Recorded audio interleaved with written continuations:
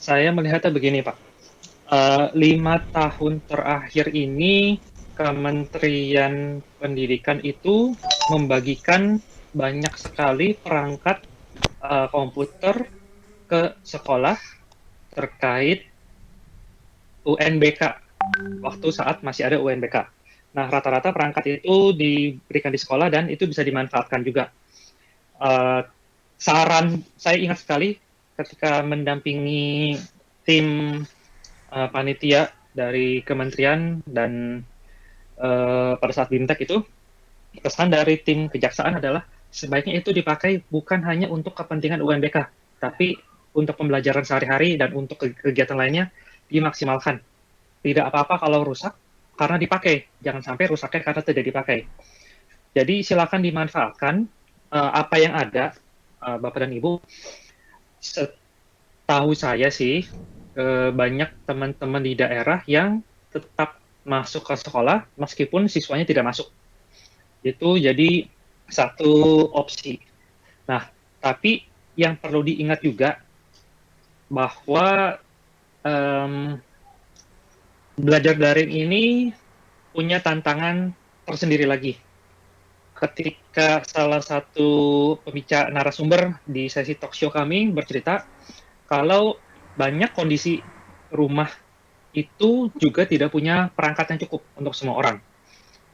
Ada satu keluarga punya 3 anak, hanya punya satu perangkat, hanya satu laptop, atau bahkan hanya ada satu Android device yang dipakai oleh orang tuanya kerja sebagai ojek online. Nah, jadi itu banyak tantangan lagi. Bagaimana sekarang guru mendesain pembelajarannya agar bisa mengakomodir keterampilan hidup. Jadi tidak mesti bicara uh, menuntaskan materi ajar sekian banyak yang ada di buku cetak, itu mustahil. Kita ngomong apa adanya saja, Bapak dan Ibu.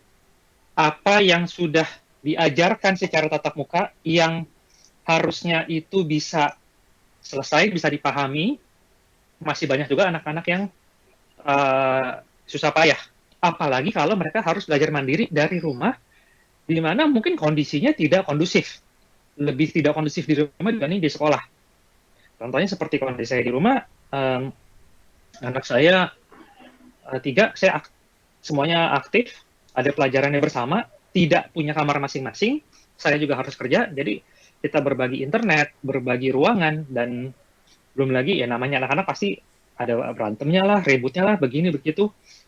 Makanya itu mungkin tidak kondusif. Yang dipentingkan sekarang adalah apa yang harus mereka kuasai.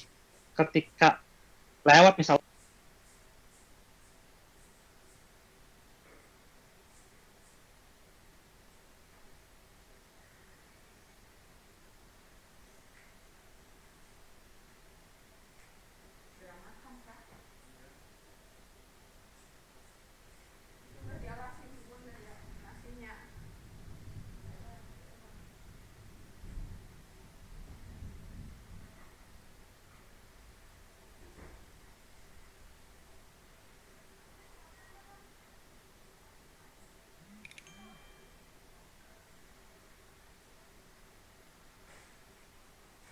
bahkan 1 tahun,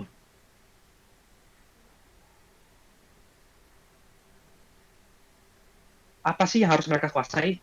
Itu yang jadi fokus utama. Jangan terjebak, kalau saran saya jangan terjebak pada ini buku cetak fisika atau buku cetak matematika harus selesai semua. Belum tentu mereka butuhkan semuanya.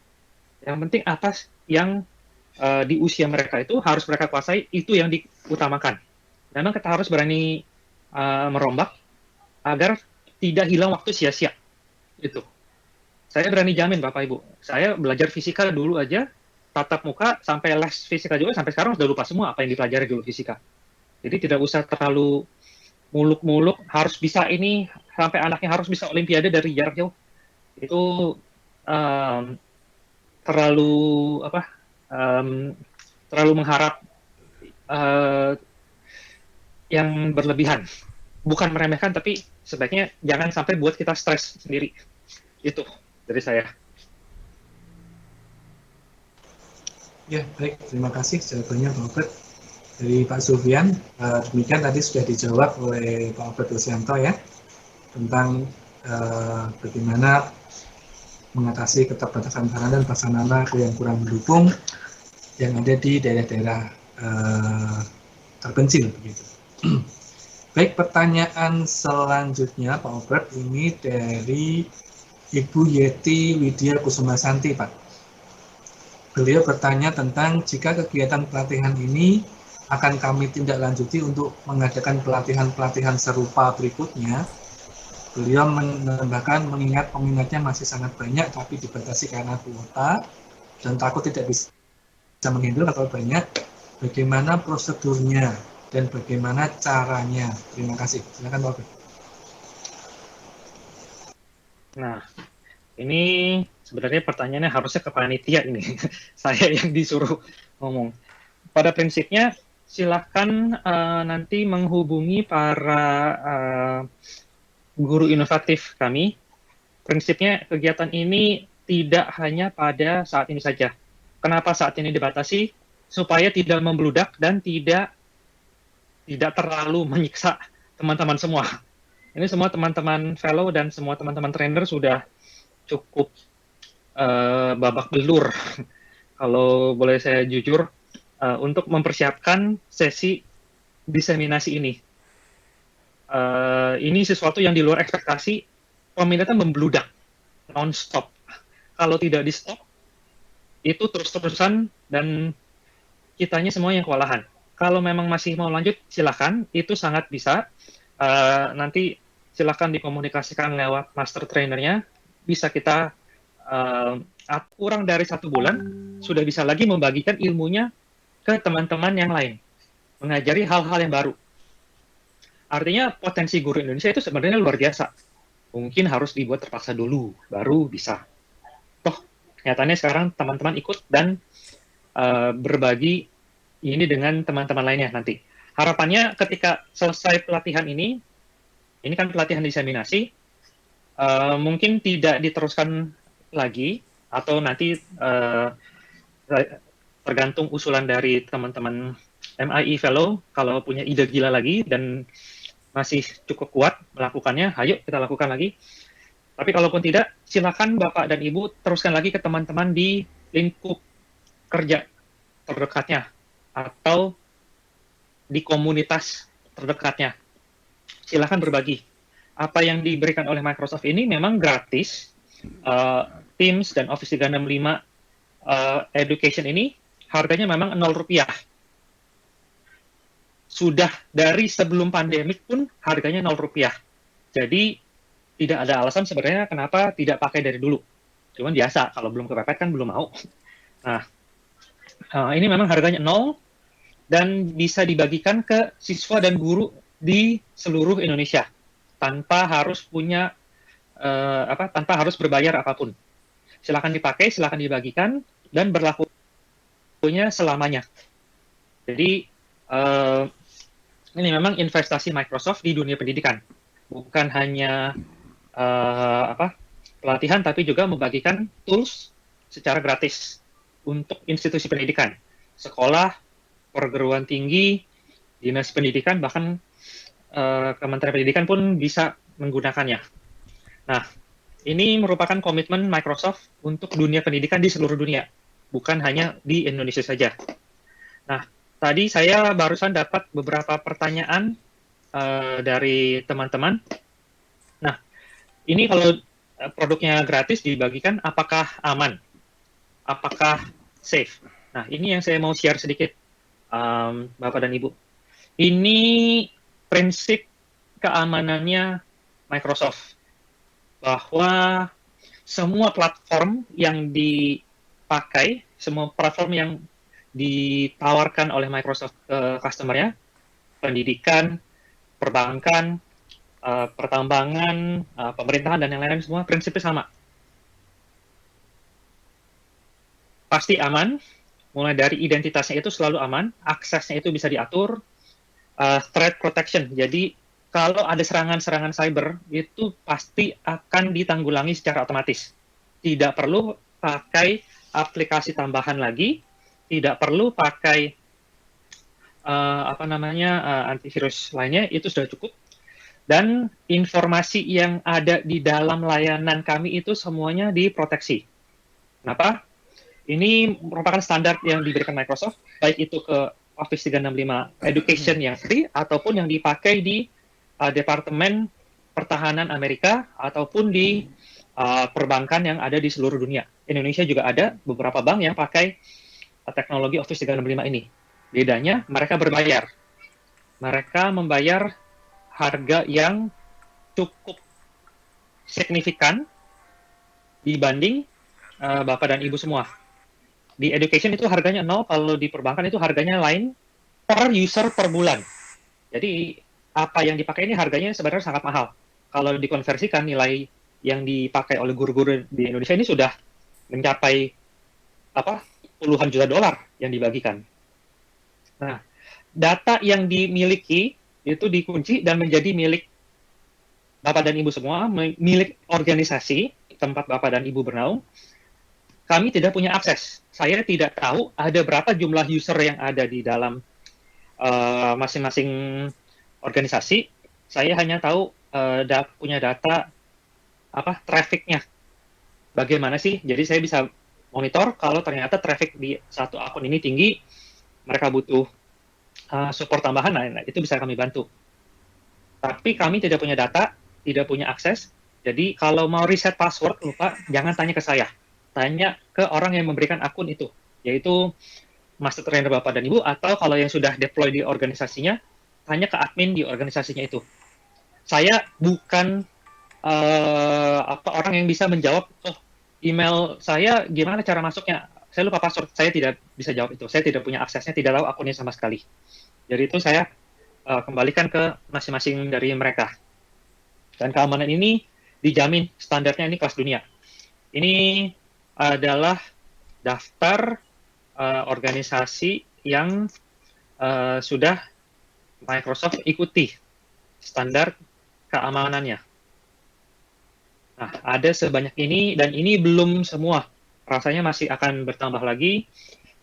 Dan untuk dunia pendidikan, ada standar-standar lagi yang sudah diikuti oleh Microsoft dari berbagai negara. Jadi dari Eropa itu punya standar sendiri mengenai keamanan aplikasi untuk keluarga, untuk anak-anak, dan itu masing-masing negara Eropa beda-beda. Prancis ada sendiri, Jerman ada sendiri, Belgia dan lain-lain, UNESCO juga punya standar, itu beda-beda. Satu ada, dan Microsoft semuanya sudah comply. Jadi jangan takut masalah data, masalah security, kami berani jamin ini standar dunia. Begitu. Nah, apapun yang ditawarkan itu sama dengan yang ditawarkan di enterprise. Kemarin ini Microsoft, kalau Bapak Ibu iseng-iseng coba cari berita tentang JEDI, JEDI, itu kontrak yang diberikan dari Pentagon ke Microsoft terkait proyek keamanan negaranya. Kalau mereka sampai memberikan itu ke Microsoft, artinya kami sudah sesuai dengan standar mereka. Silahkan dicari sendiri, itu beritanya. Begitu, Bapak dan Ibu. Nah, terakhir, sebelum saya serahkan kembali ke Pak Yuce, ada satu cerita yang ingin saya bagikan sedikit. Ini saya sudah lihat dari sebulan lalu, dan ini sangat menyentuh bagi saya. Ini juga sudah saya ceritakan ke teman-teman di Microsoft Indonesia dan Microsoft Worldwide Education, bahwa pelatihan ini menjangkau siapapun di Indonesia dengan kondisi apapun. Belajar itu tidak harus di dalam ruang kelas, tidak harus di dalam ruangan yang dengan infrastruktur lengkap. Ini di salah satu desa di Kabupaten Bone, Sulawesi Selatan, di mana koneksi sinyal itu susah, hanya ada di titik-titik tertentu. Namun bisa diselesaikan pelatihannya dan bisa menguasai dan bisa melakukan diseminasi. Artinya bukan alasan lagi kalau saya tidak punya jaringan, saya infrastruktur terbatas. selama masih ada listrik, masih bisa diakalin. Bahkan ada yang ikut latihan ketika dia harus mengerjakan tugas, mereka sampai bawa 2 atau 3 laptop supaya bisa supaya bisa menyelesaikan tugas-tugas itu. Ketika satu habis, bisa berganti. Jadi saya yakin melihat pengalaman ini, potensi guru-guru di Indonesia itu sangat luar biasa, sangat memungkinkan.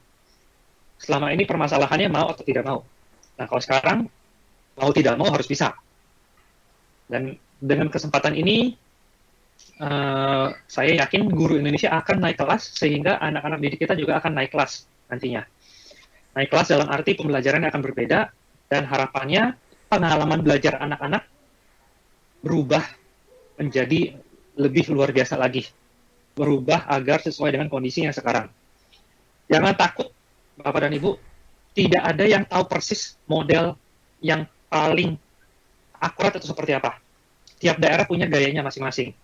Saya ngobrol dengan teman-teman di Jawa Tengah, Jawa Timur, sama-sama Jawa saja itu bisa berbeda gayanya.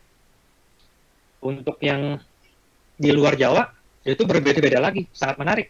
Saya sedang lihat juga apa yang dikerjakan teman-teman di Indonesia paling barat, di Aceh dengan Indonesia paling timur, di daerah Papua, itu luar biasa menariknya. Ini kesempatan yang langka untuk kita semua juga, Bapak dan Ibu.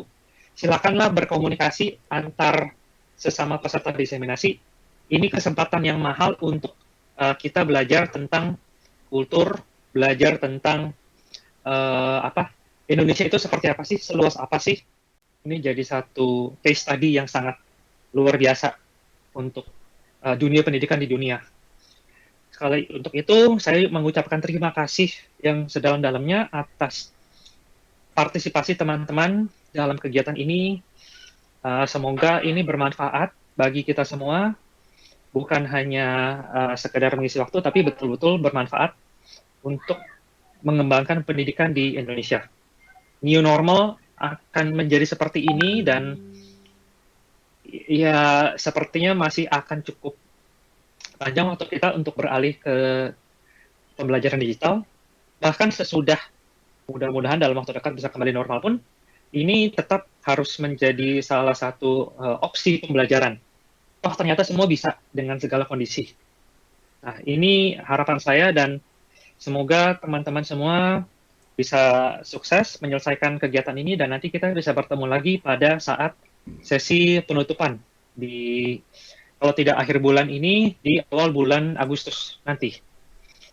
Kurang lebih dari saya itu, Mas Ica, untuk kurang lebihnya apa yang saya katakan misalkan ada yang kurang berkenan, saya mohon maaf. Saya kembalikan ke panitia. Silakan.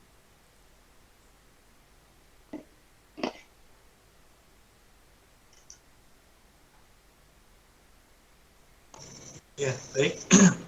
Terima kasih Bapak Obed Rosianto yang sudah memberikan cerita menarik dan memberikan penguatan dan kisah-kisah tentang pelaksanaan PJJ di Indonesia New Normal pada saat hari ini. Baik, Bapak Ibu, selanjutnya sebelum saya masuk ke sesi tanya jawab yang nanti juga akan dibantu menjawab oleh Bapak Obed Rosianto, saya akan tampilkan ini Bapak Ibu tentang panduan diseminasi yang tentu Bapak Ibu sudah terima sebelumnya. Saya sharing screen dulu Bapak Ibu.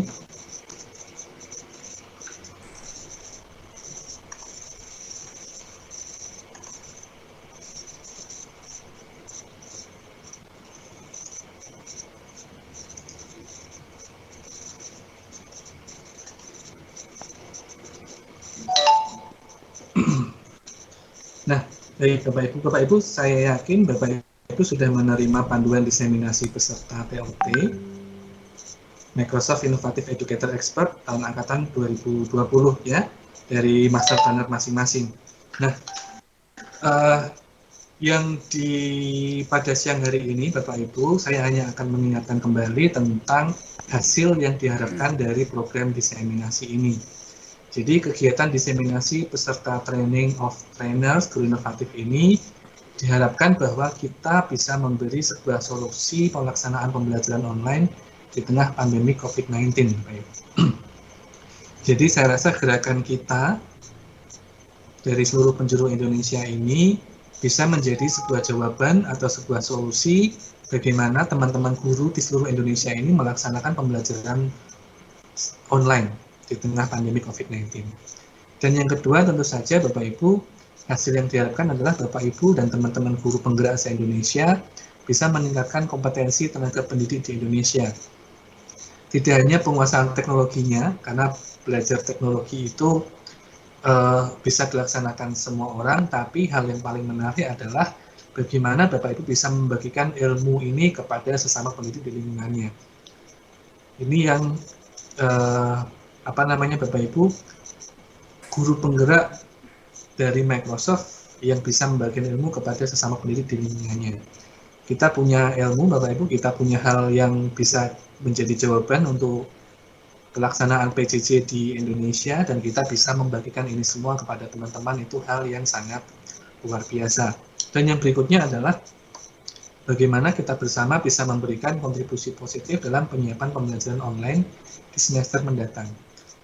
Bapak Ibu, acara ini diadakan di bulan Juli, dan kita tahu bersama bahwa tahun ajaran baru akan berlangsung juga di bulan Juli, tanggal 13, dan di hampir semua daerah di Indonesia juga masih menerapkan pembelajaran jarak jauh ya, pembelajaran daring, sehingga Bapak Ibu ini saya rasa akan melengkapi Bapak Ibu dengan berbagai macam hal yang dibutuhkan dalam pelaksanaan PJJ di Indonesia, dan juga teman-teman guru se-Indonesia bisa siap menghadapi new normal, era barunya Indonesia dalam pembelajaran jarak jauh.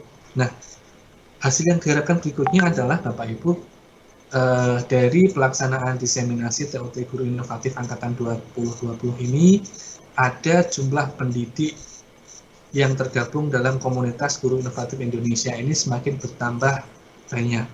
Kita tahu bahwa di komunitas Guru Inovatif Indonesia itu jumlahnya masih tidak sebanding dengan jumlah seluruh educator di seluruh Indonesia, Bapak Ibu ya. Jadi dengan adanya program ini, pemerintah Indonesia mempunyai banyak stok ya, banyak tenaga-tenaga handal, banyak guru penggerak se-Indonesia, sehingga Indonesia New Normal ini bisa benar-benar terlaksana dengan baik. Nah, demikian Bapak Ibu yang saya ingatkan, saya bagikan kembali. Nah, ini tentang jadwal Bapak Ibu. Saya akan mengingatkan dua hal ya, karena yang pertama kita sudah jalani ini, di hari ini kita sudah sampai di pelaksanaan yang poin keempat, yaitu pelaksanaan diseminasi. Jadi tanggal pelaksanaan diseminasi direncanakan mulai tanggal 5 sampai tanggal 10. Dan ini bisa dimulai lebih awal dari permintaan Dinas Pendidikan atau pemerintah daerah setempat. Dan beberapa daerah sudah ada yang mengajukan pelaksanaan lebih dulu, dan ini sudah dimulai oleh teman-teman di beberapa daerah. Nah, Bapak Ibu yang melaksanakan tanggal 5 sampai 10, mari kita laksanakan ini dengan baik. Kita berikan ilmu yang kita punya, sehingga teman-teman guru pengajar se-Indonesia bisa mengikuti atau mengoptimalisasi pembelajaran jarak jauh dengan lebih baik.